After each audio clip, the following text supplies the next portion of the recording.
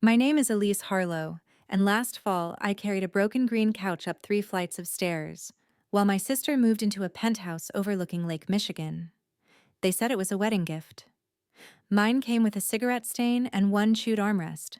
No note, no apology. Just, we thought you might need something. That day I smiled like I'd been trained to. I lysoled the couch. I sat down, and I broke. Quietly. But what they didn't know was that while they were celebrating champagne under chandeliers, I found something. A will, a deed, a forgery, and a voice they thought they'd silenced. Frances didn't just leave me memories. She left me proof.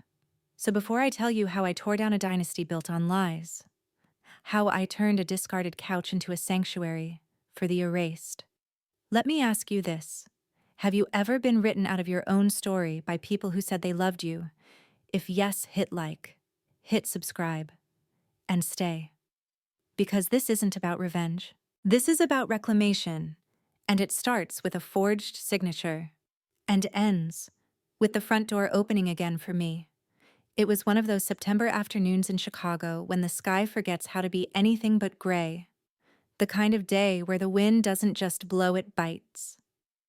I'd just stepped off the train and crossed 3 blocks to my parents' red brick townhouse with a bakery bag in hand, lemon tarts from Belle's mom's favorite. It was her birthday, and, despite every part of me that screamed I shouldn't come, I came anyway. The door creaked open before I even knocked. Sloane stood there in a white turtleneck, gold earrings swaying like smug punctuation marks. Her makeup was flawless, like she'd just stepped off a Vogue shoot titled Spoiled and Self-Congratulatory. She didn't greet me so much as permit my presence. "Elise," she drawled, stepping aside. "You're just in time. We're celebrating my engagement." I blinked. Engagement. She lifted her left hand like a trophy. A diamond the size of a frozen pea glinted under the hallway chandelier. "To Damien," she said. "You haven't met him. But he's in finance. Midtown office. Porsche." Of course. I followed her into the living room, and the moment I stepped in, I saw it wrapped in a giant silver bow and a giant grin plastered on Marilyn's face. "Isn't it beautiful?" she gushed, nodding at the glossy photo on the iPad. "We're giving her the penthouse overlooking the lake, Lakeshore Drive, top-floor concierge building. An early wedding gift." I froze mid-step. "You're giving her a penthouse?" Richard was in his recliner, sipping his whiskey like this was Tuesday. He didn't look up. Marilyn beamed. "It's only right. She's settling down, building a life." Sloane giggled and tucked her arm around our mother's shoulder. "And Elise," she chirped, "we didn't forget you." Marilyn clapped once, and Richard finally stirred. "Oh, yes," he mumbled, rising. "It's in the garage." They led me out like I was about to be shown a purebred puppy. It was a couch. A dull green sagging sofa with one armrest chewed or maybe just torn. It smelled faintly like mildew and stale cigarettes. I stared at it like it might morph into something else. It didn't. "We thought you might need something," Marilyn said cheerfully. "This one's practically new." I wanted to laugh, or cry, or leave. Instead, I stood there nodding like some well-trained accessory. Sloane tilted her head. "It's not that gross, just Lysol it." Then she burst out laughing. The others joined in. I didn't. I carried the damn thing up 3 flights to my apartment that evening. It scraped against the stairwell, the fabric snagging my pride, shredding with it. I didn't even want to sit on it once I got it through the door. I just stared at it from the kitchen. Cold wind licking the cracked window panes behind me. The lemon tarts were still in my bag untouched. I thought about Mom's smile, about the way her eyes had lit up for Sloane and never for me. I sat. The springs groaned beneath me, a tired, broken protest. Was this who I was to them? A leftover? I wasn't angry. Not really. I was tired. And then, I found the envelope. The bell above the office door gave a feeble jingle as I pushed it open, though no one had walked through it in years. Dust clung to every surface like old memories refusing to leave. I stepped inside, inhaling that familiar mix of stale paper lavender cleaner and something older ink, maybe. Frances's scent. Or maybe just the memory of her. It had been 3 years. 3 full years since we buried her in that windswept cemetery near Oak Grove with her gray scarf still wrapped tight around her throat, even in the coffin. 3 years since the woman who raised me had been replaced by silence and cobwebs. She left me the key. "For when you need answers, not comfort," she'd said, sliding it across the kitchen table 1 week before her last hospital stay. I hadn't used it until now. But the couch incident, it lit something in me. Or maybe it snuffed something out. Either way, I wasn't there for nostalgia. The old desk groaned under my touch as I ran my fingers across its edge.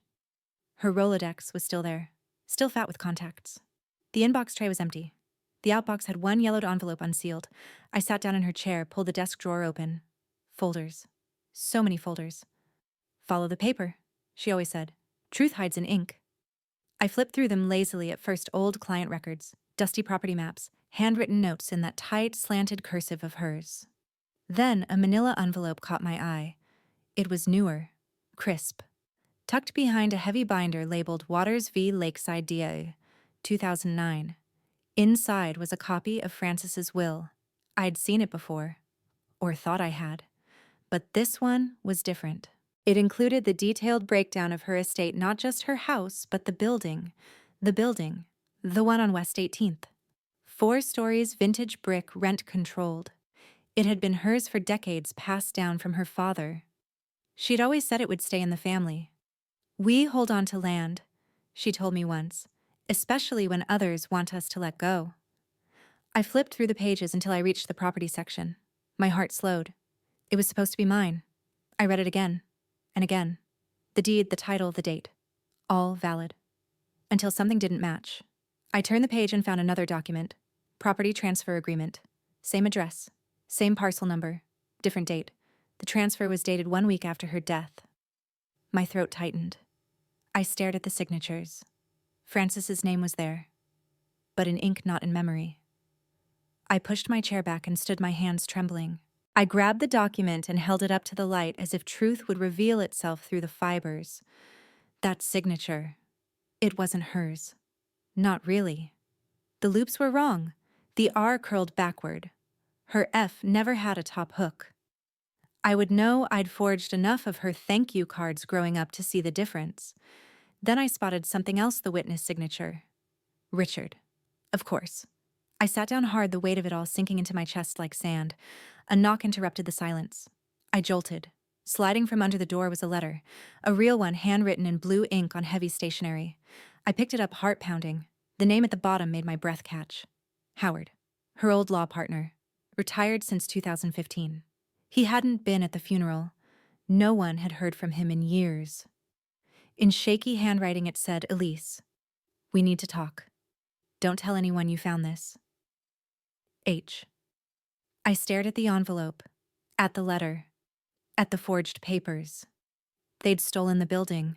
They forged her signature, I whispered. The champagne was flowing, the chandeliers sparkled, but all I saw was betrayal. Everything in that penthouse screamed money. From the marble floors that echoed under stilettos to the floor-to-ceiling windows that offered a dazzling view of Lake Michigan, it was curated elegance, curated wealth, curated status. Just like Sloane. I hovered by the entrance longer than necessary, pretending to admire a wall of glass sculptures while bracing myself. I didn't want to be here.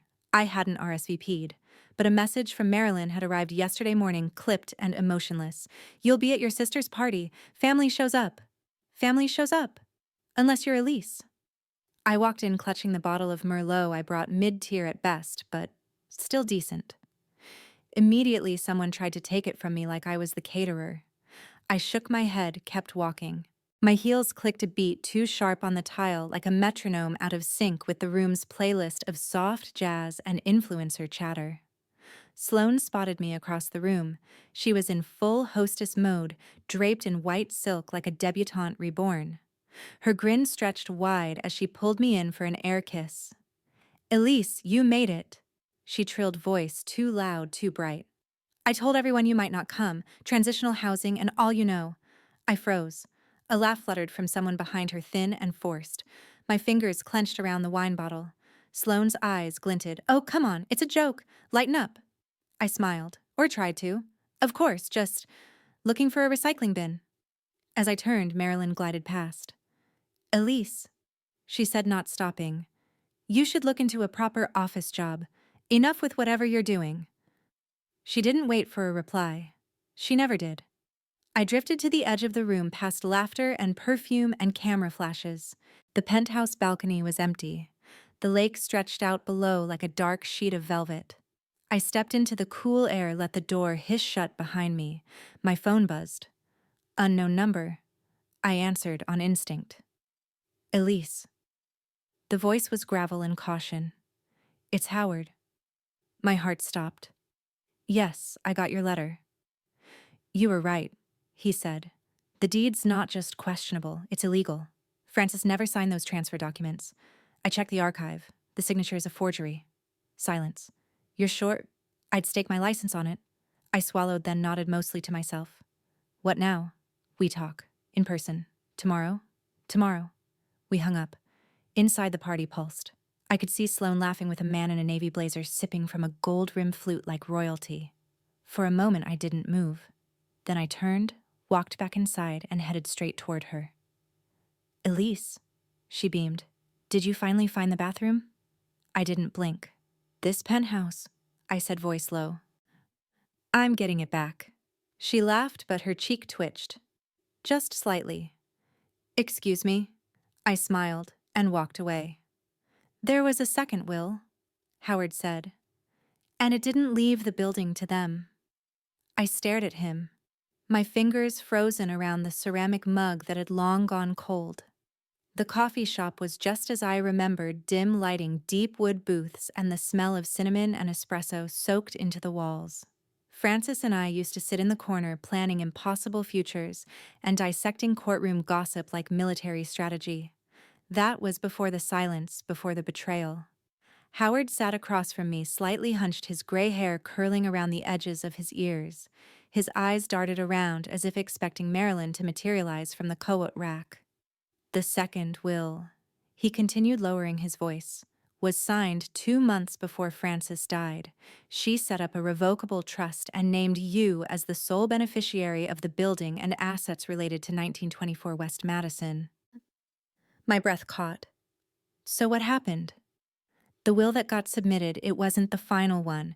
I saw it briefly. Different format, different signatories. They used the older one, the one from 2012, and someone buried the updated trust. I suspect your mother and sister found it after Francis passed. And they just erased it. My voice cracked between disbelief and fury. Howard nodded. They kept Monica out of the loop.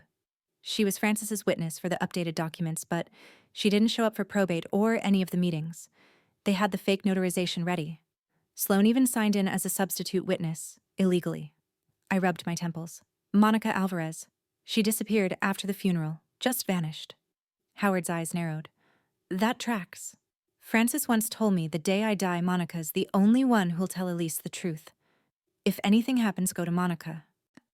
A flash of memory struck me, Francis in her study, ink-stained hands slipping an envelope into a brown leather folder. Write it down, she told me. Keep it safe. Don't trust anyone but Monica. I whispered. She always knew. She did? Howard said, sipping his tea. She never trusted Marilyn. Or Sloane. Especially not when it came to you. I sank deeper into the booth. And Monica? Do you know where she went? No. Last I heard, she resigned from the Law Association. No phone, no address. She just walked away from everything. That was 6 months ago. The clatter of a cup startled me. I looked over to the counter where someone dropped a plate, but the noise only jolted the clarity into place. She didn't walk away, I murmured. She was pushed. Or she knew they were coming. Howard looked concerned. You think they threatened her? I think they made her disappear, or she disappeared on purpose. We sat in silence for a long moment, the clink of dishes and low jazz filling the air. Then I straightened. My voice came out quiet but firm. Then I'll find her, even if it's the last thing I do. Her room still smelled like lavender and secrets. I stood outside the door longer than I should have, my fingers grazing the brass handle. The house was quiet. Too quiet. Marilyn had gone upstairs earlier, her steps clipped and impatient. She hadn't seen me slip the old key from my coat pocket. If she had, she might have tried to stop me. Or maybe she would have laughed, thinking there was nothing left to find. But I knew Frances, and Frances never left anything to chance. The lock clicked softly. I pushed the door open. Everything was still. The lace curtains hung in gentle folds.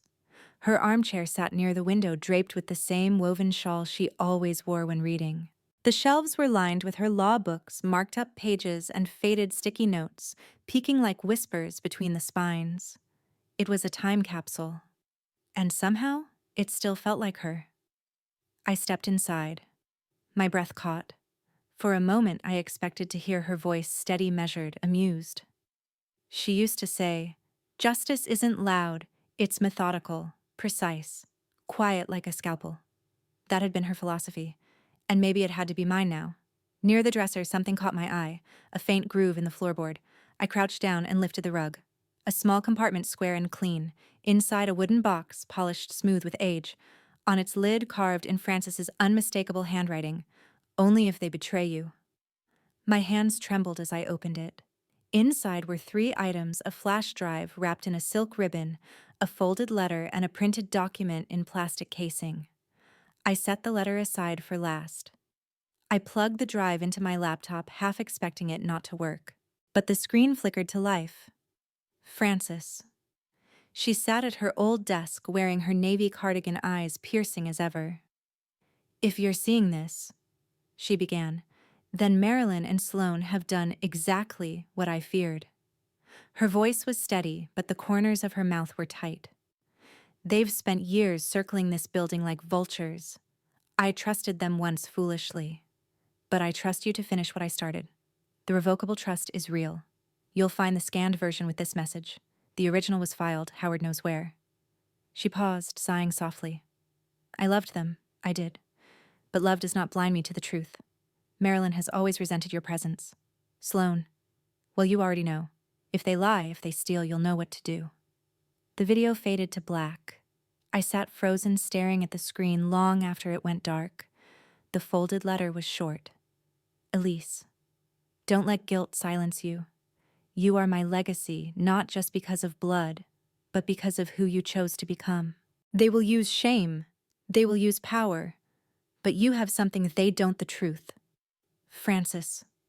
My chest tightened. I didn't know I was crying until the ink on the letter blurred. The scanned document was the trust. Clear. Valid. Dated. Signed by Frances. Witnessed by Monica Alvarez. Proof. I wiped my cheeks with my sleeve. The ache in my ribs, the humiliation, the exhaustion, they were still there. But underneath it all, something else had awakened. Cold. Sharp. I looked around the room one last time and stood up. Time to begin. Monica Alvarez vanished the week after the funeral. No phone, no address, just gone. That wasn't a coincidence. I stood outside the tailor shop on West Huron Street, the windows now shuttered, the once bright signage faded and peeling. The place used to hum with quiet precision. Monica snipping threads, fitting clients, humming under her breath.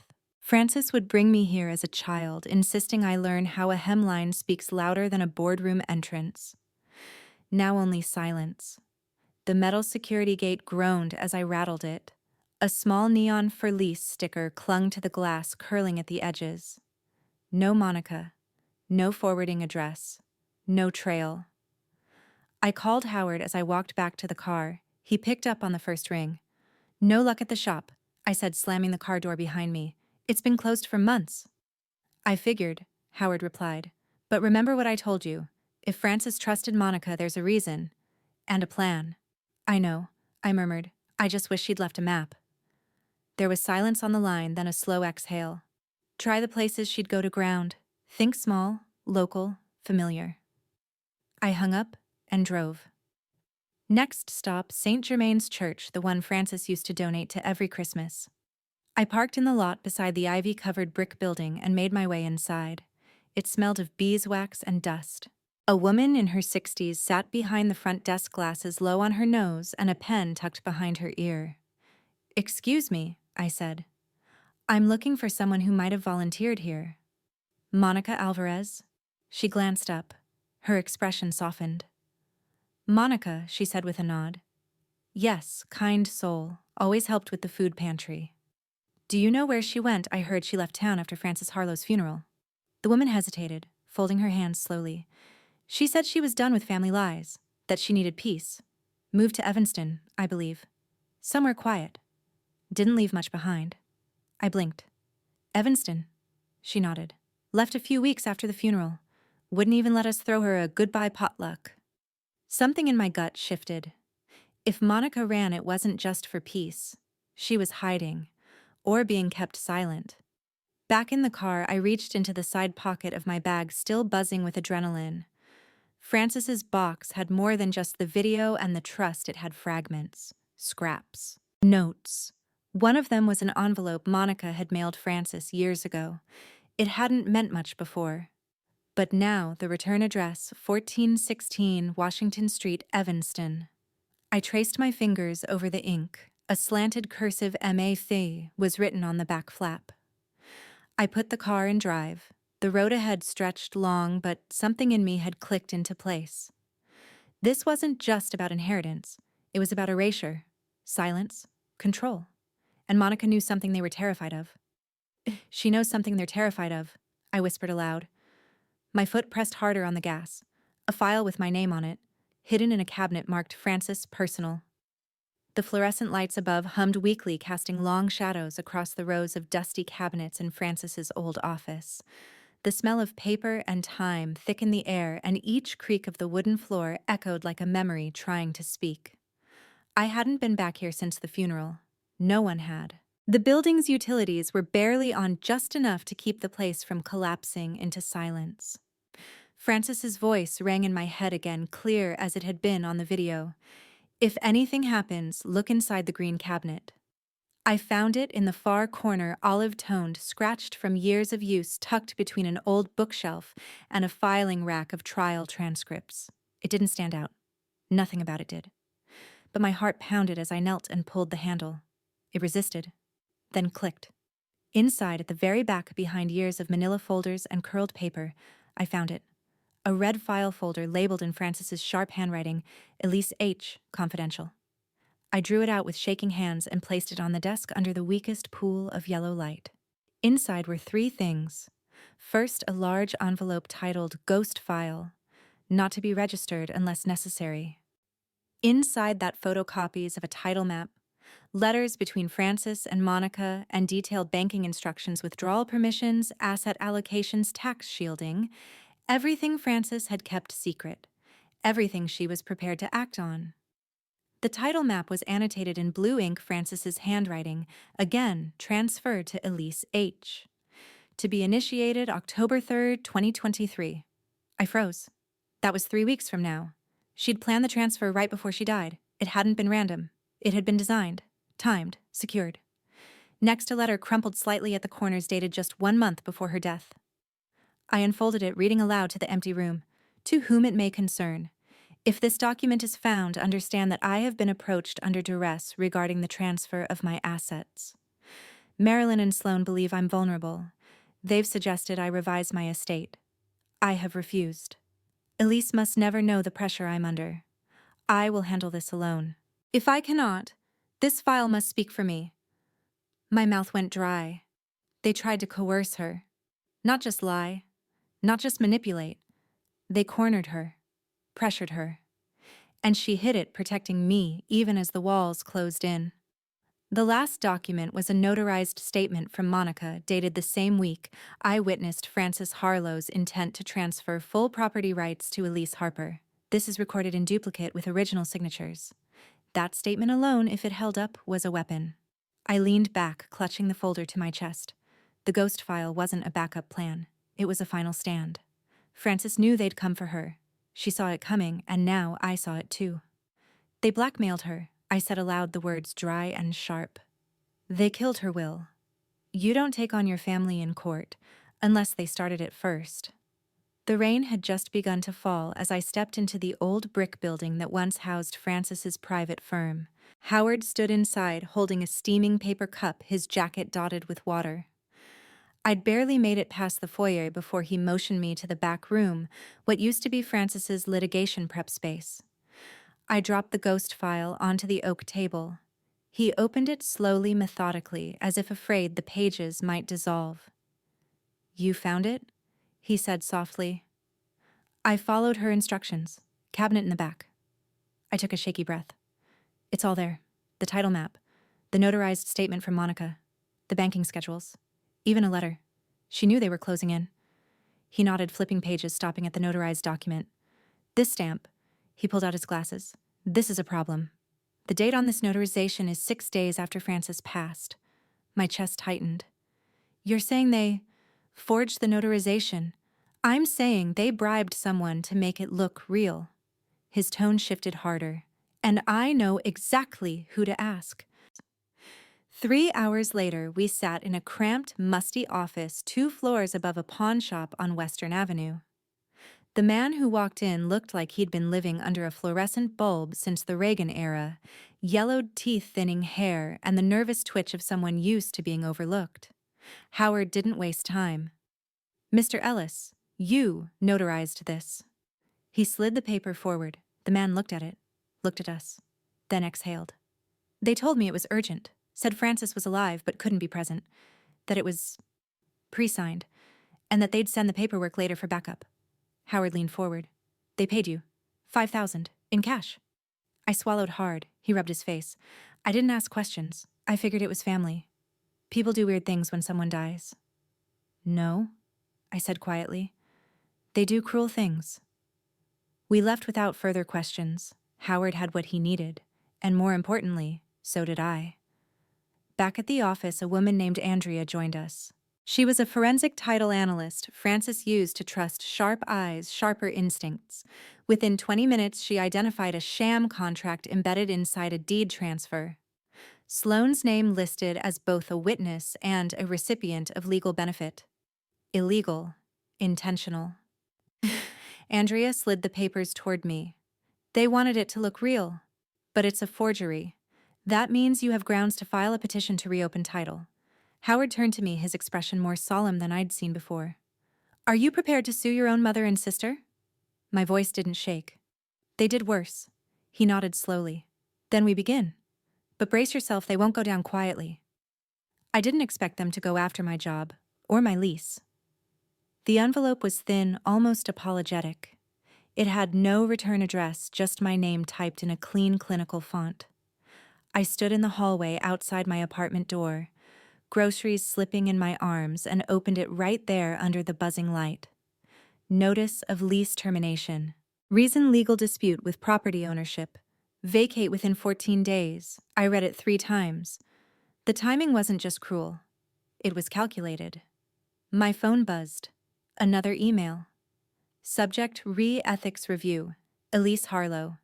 Dear Ms. Harlow, due to a formal complaint submitted regarding your conduct in a family estate matter, we are placing your adjunct faculty position on hold pending internal review. Your classes will be temporarily reassigned. Please refrain from entering campus until this is resolved. Best, Dr. Lisa Carmichael. I almost laughed. Almost. But the weight of it landed with a dull thud in my chest. My job gone for now. My apartment evaporating. All in one day. 2 for 2 Sloane. I slammed the apartment door behind me, dropped the groceries, and paced the living room, heart pounding. The only sound was the soft creak of the couch springs that couched beneath the weight of my spiraling thoughts. I knew it. I knew it was them. Only Sloane had that brand of cruelty dipped in sugar. Only Marilyn would smile while she lit the match. I pulled out my phone and called Howard. "They're pushing harder," I said. He sighed. "What happened?" "Eviction notice. College put me on leave." "That's not just retaliation," he said. "That's intimidation. They want to drain your focus." "It's working." I clenched my jaw. "But not the way they think." He paused. "Then we have to move faster. No more delays. Monica is key. If we can get her to testify, assuming she's still alive," I muttered. He didn't respond. Neither did I. Instead, I stared at the email again. My class. My students. The one piece of myself I'd tried to protect from this mess. I whispered, "They want me to break, but I'm not that girl anymore." Just then, my phone rang, a number I didn't recognize. I hesitated, thumb hovering, then answered. A voice hoarse, older, unfamiliar. "You're looking for Monica." I didn't breathe. "I can help." ChatGPT Denoy. "I saw Francis sign the real will," Monica said. "I was there." The house was small, tucked between two towering trees on a quiet street in Evanston. The lawn was overgrown, the blinds drawn, but there was a light behind the curtain, a faint, flickering pulse that told me someone still lived there. I stood on the porch for what felt like a full minute before knocking. It was Monica who opened the door. She was thinner than I remembered, her gray hair pulled back into a low bun, eyes sharp behind simple glasses. She didn't smile. "Who are you?" "Elise Harlow, Francis's granddaughter." For a second I thought she might shut the door, but something in her eyes shifted. She studied me, then slowly stepped aside. "Come in." The house smelled like old wood and peppermint. I followed her into a living room where every surface was covered in books, boxes, or dust. She gestured to a worn chair and sat across from me, hands folded. "I thought you might come. Eventually," she said. "I didn't know where to look. No one did. You disappeared. I had to." Her voice was flat. "They came after me too." I leaned forward. "Monica, I need to know the truth. Francis's real will, the trust, the power of attorney. Everything. Did you witness it?" She looked away, then reached under the coffee table. A small fireproof lockbox clinked as she pulled it out and opened it. Inside was a flash drive, a thick envelope, and a yellowed legal document. She handed me the envelope first. "Francis called me 1 week before she died," she said. "She was scared, said Marilyn had threatened to take away her power of attorney, said Richard was going along with it." My hands trembled as I opened the envelope. Inside, a handwritten letter, Francis's spidery script unmistakable. "If they silence me, Monica, you must speak. Elise will come. I trust her to fight." Monica plugged the flash drive into a small laptop and turned it toward me. "This is from that phone call." The screen flickered, then her voice, familiar and cracking with illness, came alive. "If they change the papers, tell Elise. Tell her I left her everything because she earned it, Monica, not them." I closed my eyes and for the first time in months let the tears fall freely. When I looked up, Monica was holding the original power of attorney. Signed, notarized, undeniable. "You have everything you need now," she said. "Go finish it." I stood carefully gathering the documents, heart pounding like a drum. On my way out, I paused at the door. The air outside was cooler now, heavy with the weight of what was coming. I turned away, voice low, eyes burning. "It's time to take back what was mine. My name is Elise Harlow, and I'm here to challenge a stolen legacy." The words left my mouth before I felt them. The courtroom was still. Fluorescent lights flickered above like nervous heartbeats. I stood behind the wooden lectern, fingers curled tightly around the edge, pulse pounding through my spine. Across from me sat Marilyn and Sloane, my mother in her pale blue blazer, hands crossed in her lap like a judge awaiting confession. Sloane, all black silk and sculpted indifference, didn't look at me once. Their attorneys whispered in their ears, but neither moved. Howard sat beside me, his presence steady. He gave a single nod. "Go ahead," the judge said, expression unreadable. I cleared my throat. My grandmother, Frances Harlow, passed away 3 years ago. At the time of her death, her assets, most notably a commercial building on Kinsey Street, were transferred to my mother and sister under the pretense of a final will. Today, I present evidence that this will was forged, that Frances was incapacitated, and that a previous valid will was concealed. A few murmurs rose behind us. The judge raised her hand and silence returned. I reached for the folder Howard had prepared. One by one, I laid them out: Frances's original will, the signed power of attorney, the copy of the video recording, and Monica's sworn statement.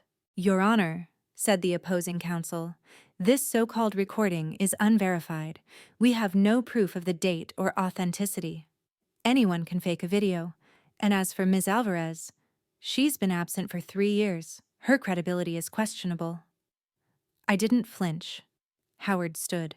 With all due respect, we have a notarized document from 2019, signed by Francis and witnessed by Monica Alvarez, who is present in the courthouse today. The signature is identical to legal filings dated years earlier. Moreover, the timestamp on the call corroborates with Francis's medical records. She was lucid at the time of this recording. The judge studied the document's glasses perched at the tip of her nose. And you're filing for a formal title reassessment. Yes, Your Honor, Howard replied, on the grounds of fraudulent transfer and power of attorney violation. A long pause. Then the courtroom doors creaked open. Monica stepped in, her back straight hair pinned neatly, expression calm. She walked past Marilyn and Sloane without acknowledgement, stood beside me, nodded once to the judge. I'm ready to testify, she said. I saw it then.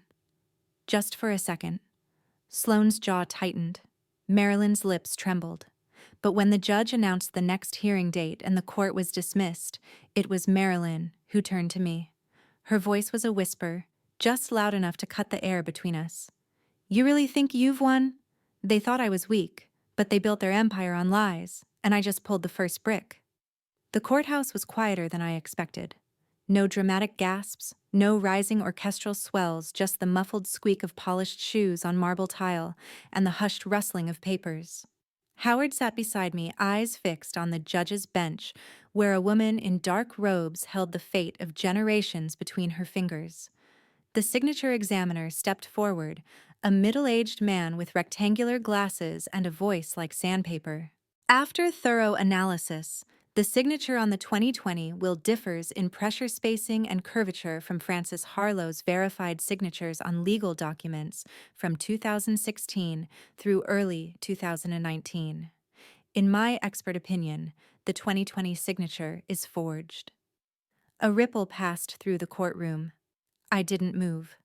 I'd imagined this moment 100 different ways, fireworks, vindication, maybe even tears. But instead there was only a quiet relief, like a bone finally snapping back into place after years of misalignment. Opposing counsel stood quickly, voice sharp. We dispute this finding. There are variances in any human signature, emotional stress, physical decline. Monica rose from her seat behind me. Frances couldn't sign anything in 2020. She was in hospice. I visited her every day. Her voice was level, firm, without a trace of hesitation. She told me they were pressuring her. She said she didn't trust them. The judge raised her hand. I will not debate testimony in open court. Ms. Alvarez will be formally questioned under oath at the probate hearing. Outside, the media had begun to swarm. A few weeks ago, no one knew who I was. Now I was trending under #Harlow inheritance and #Penthouse fraud. Reporters camped on my front steps like I was a reality show contestant. I didn't speak to them, at least not at first. But that night, as I sat on the same tattered couch they had once dropped at my feet, I turned on the camera and joined a live Zoom call organized by a local legal ethics group. The moment my face appeared, questions flooded in. Is it true your sister used fake documents? Did your mother knowingly lie to the court? Are you going to sue them for damages? I answered calmly, one by one. The law will take its course. I'm just asking for what was promised to me, for what was earned, nothing more. It was enough. The next morning, the Chicago Tribune published a front-page piece. Sloane Harlow linked to suspicious property transfers across 2 counties. The photos showed Sloane smiling at charity galas, juxtaposed with spreadsheets listing questionable wire transfers and shell companies in Nevada. Then came the judge's ruling. There is a strong basis for legal fraud. The court grants a full probate hearing. All financial transactions linked to the estate in question will be reviewed under judicial scrutiny.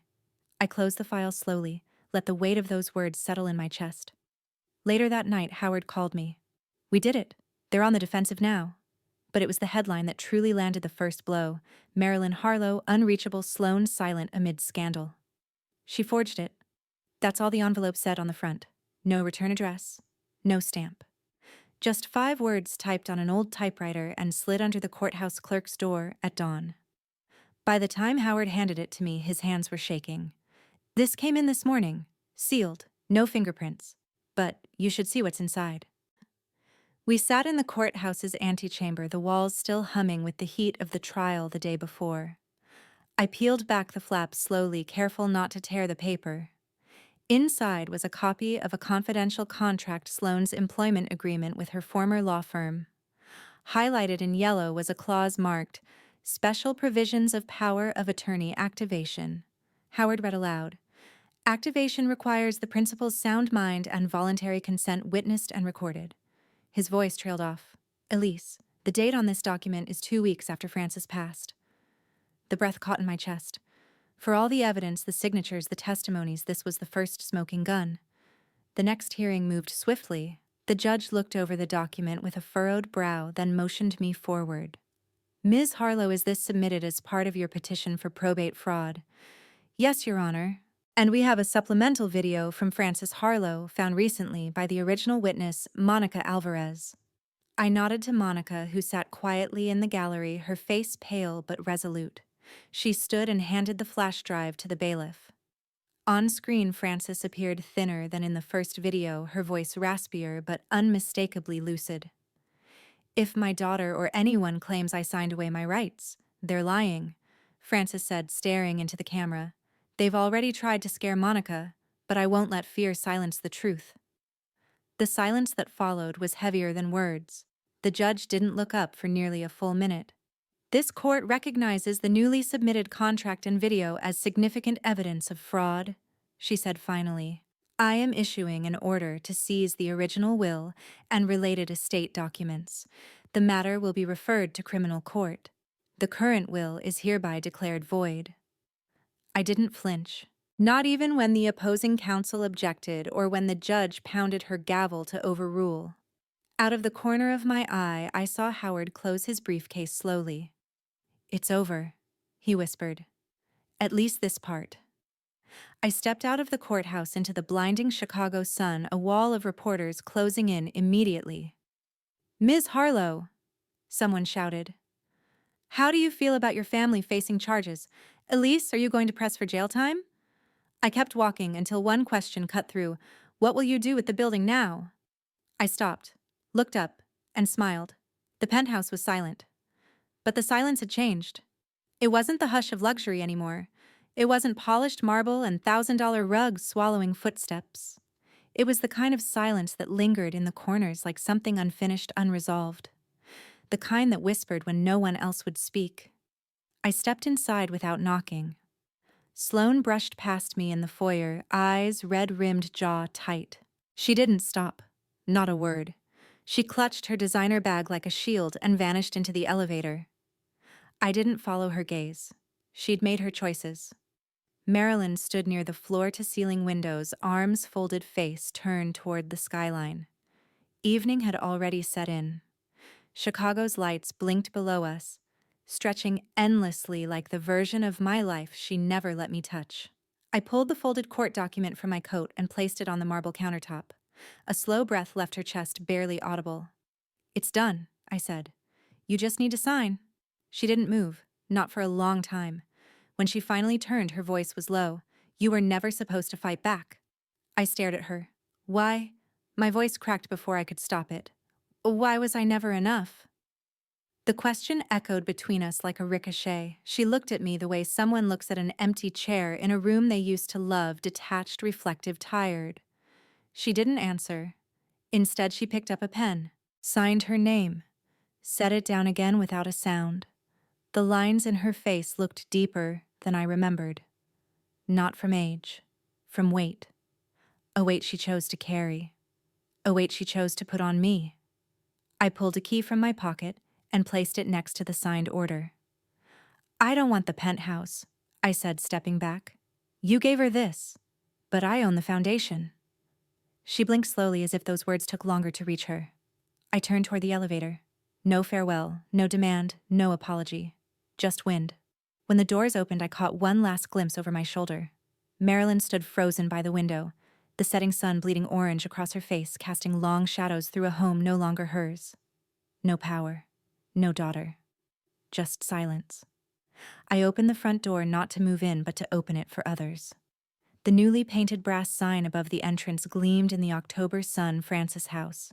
The letters were simple serifed, dignified, just like her. I stepped through the double doors past a wall of fresh lavender and sunlight spilling across the newly tiled floors. Gone were the stiff lobby chairs and sterile silence. In their place, warmth. A bookshelf stood tall near the front desk, filled not with dusty law books, but with novels, poetry, and bilingual cookbooks. A crocheted throw draped over one of the reading chairs. Someone was humming from the communal kitchen. "Morning, Elise," Monica called from behind a clipboard. Her silver hair was tied back today, her sleeves rolled up. "Today's workshop is full pottery at 10 memoir writing after lunch. Gloria brought her tamales again." I smiled. Of course she did. On the far wall of the lobby, framed in soft gold, was a photo of Frances. Not from a law conference or gala, but a candid shot laughing with a garden trowel in hand, dirt on her cheek. That was the woman who raised me, the one who taught me that dignity had nothing to do with titles. I reached up and adjusted the frame. "You'd have loved this place," I whispered. An email buzzed on my phone. I glanced down. From Dean Clifford, subject, an open invitation. "We'd love to have you return next semester. Students still talk about your last lecture. Think about it." I let the message rest in my inbox. For once, there was no pressure, no ticking clock, just options. Monica passed by again. "Oh, before I forget, Sloane's old room is ready. Want to take a look?" I nodded. The elevator opened with a soft chime. We walked together down the hallway, quiet but no longer lonely.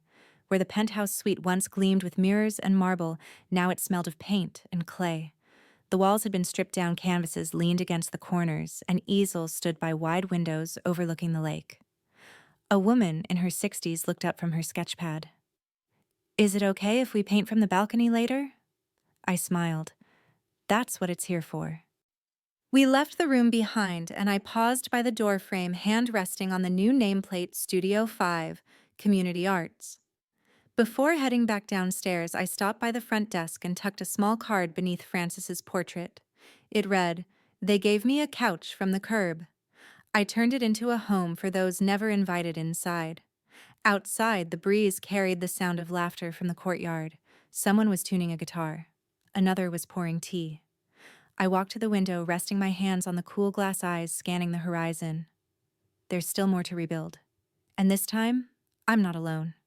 They gave my sister a penthouse and handed me a couch dragged off the street, no instructions, no apology. I took it anyway. Not because I needed it, but because I wanted to remember the moment I finally saw them for who they were. That couch sat in the corner of my old apartment for months, torn, cold. A relic of every silent insult wrapped as kindness, every time they told me I was dramatic for wanting fairness. And still I stayed quiet.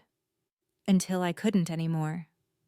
When I opened that envelope in Frances's office, when I saw her signature dated after her death, something inside me clicked.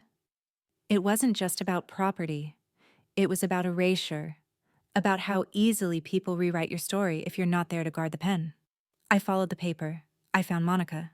I listened to Frances again, not as a grieving granddaughter, but as the woman she raised me to be. Not soft, not broken, strategic. The courtroom wasn't loud. It never is. But every word I spoke carried weight.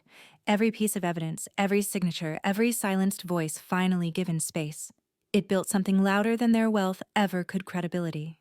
And when the judge ruled the will void, when Sloane disappeared from the press, and Marilyn could no longer look me in the eye, I didn't feel triumphant in the way I imagined. I felt finished. Like I'd laid down a burden that was never mine to carry in the first place. I didn't move into that penthouse. I didn't need to. What I needed was to give that building a new purpose. Frances House now stands not as a monument to vengeance, but to survival. To every woman who was told she didn't belong. To every daughter who was told to stay quiet. We filled those halls with stories, with music, with the sound of dignity returning. Sometimes I walk through the corridors and pause by the old guest room, Sloane's room. It's an art studio now. There's paint on the floor, joy on the walls, and not a trace left of her cruelty. That's how you reclaim a space. Not by pretending the past didn't happen, but by refusing to let it repeat. Justice isn't always swift, but when it arrives, it leaves no doubt. The lies that once passed as family tradition crumbled under the weight of evidence and resolve. No inheritance built on betrayal can stand forever, not when truth walks through the front door with her head held high. Like the final chord of a long-forgotten melody, justice may arrive late, but once it plays, it echoes louder than silence ever could. And sometimes, all it takes is one woman who's had enough to remind the world that being underestimated is the sharpest blade of all.